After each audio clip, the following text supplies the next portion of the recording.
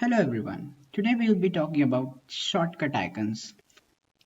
As you can see, I have my Chrome open and I have many bookmarks. In these bookmarks, each have their own symbol. But when we make our HTML file and open with a live server, we don't see anything. We just see a globe. And same happens for this website. This website also doesn't have any logo. But how do we add a logo? So that's a very simple process. You need to go in the text section of your website and type link and press enter. Now instead of style sheet, you need to replace it by a shortcut icon.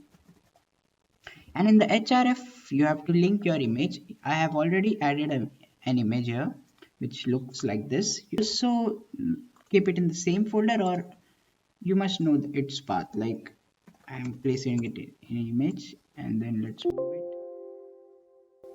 So what you can see that I need to type here img/logo. So let's hit Control S and open it with live server. Oh shit, I had already opened it. So as you can see, we have our icon. So that was a very short video. Thank you all.